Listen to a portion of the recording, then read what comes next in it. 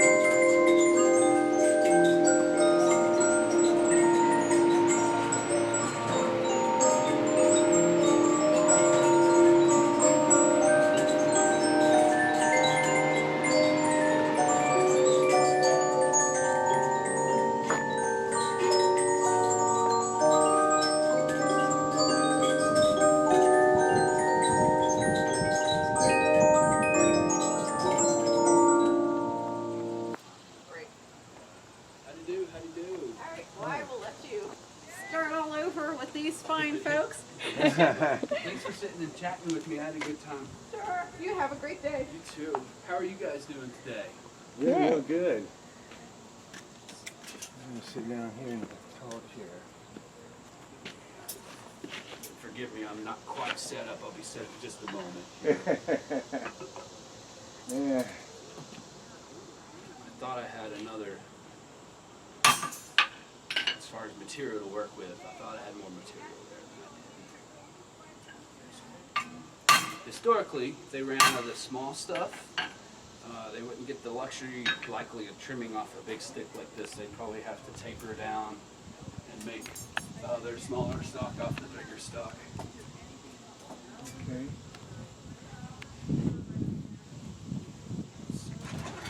Shouldn't take much though to breathe a little life back into this fire though.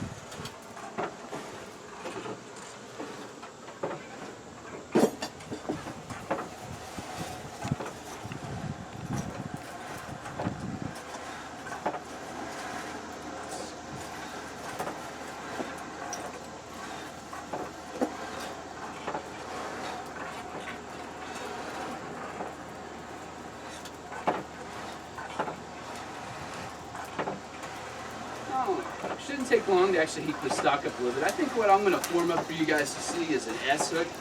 S-hooks are a lot like the unsung hero of the frontier and even save the day a lot of times in the here and now, because fundamentally they're a hook that you could hook things onto.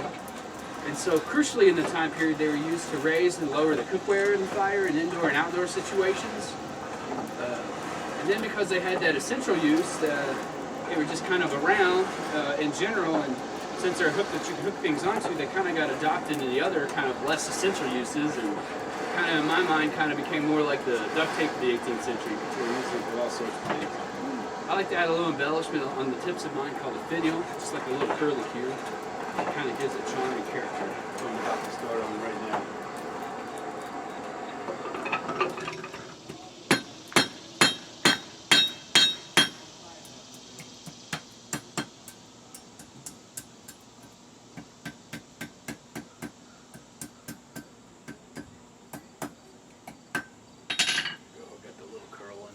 Yeah. Because this material is thinner here than this material, and I want to heat this up really well. I'm going to chill this, which will cause that to lag behind just a little bit temperature-wise, and help reduce the chance of burning up that thin part or overheating that thin part. Okay.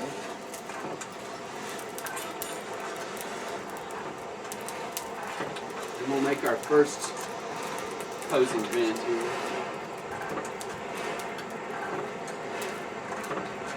And then I'm going to chill it again, but this time just the curl, and this time for the reason because I have to smack that curl with my hammer a few times, and I don't want to deform it when I strike it with my hammer.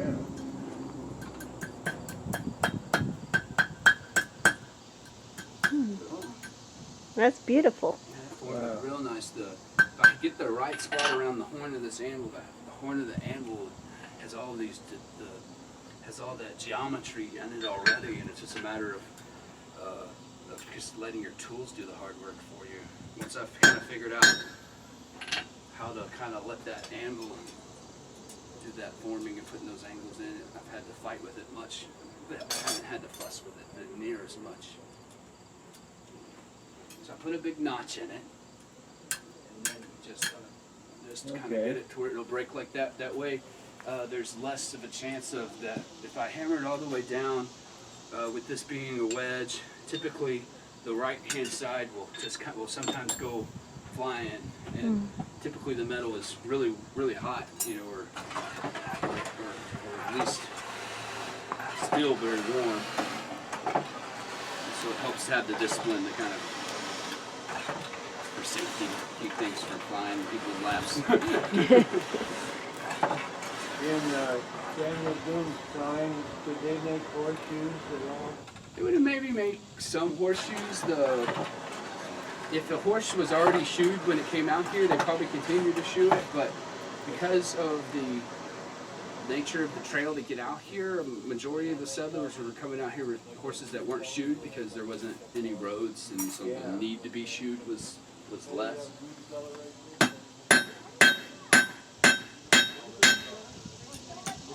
We they would have been making a lot of little household items, kind of like this, or a lot of door hinges or hardware, like straps for doors and latches and things that they needed to build their cabins in their homes with, and they would have been repairing their tools and equipment. They wouldn't have had a lot of, because of like the limited availability of the iron, because the iron was not being produced on the frontier for at least early on, and so where it was being oftentimes, at least until they got the ironworks built in the other side of the country, the closest supply would have been maybe like Virginia or something like that, and so the Southerners would have had really savvy and had to plan ahead, and because even if they got iron ore, without an ironworks, they wouldn't be able to process it, so they'd have to reduce it down as much as they could and take it to those ironworks. And Yeah. it was they were really fantastic planners, though. They were such good planners. It blows my mind a little bit. Okay. That's beautiful. It formed up real nice, actually. It formed up so nice, and you guys watched it from start to finish. And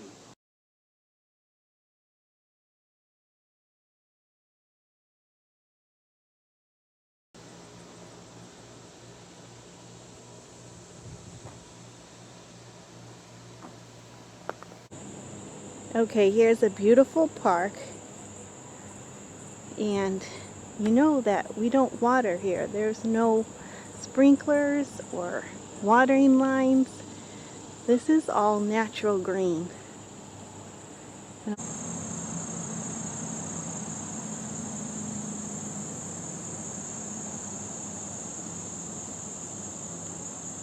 Beside the still waters.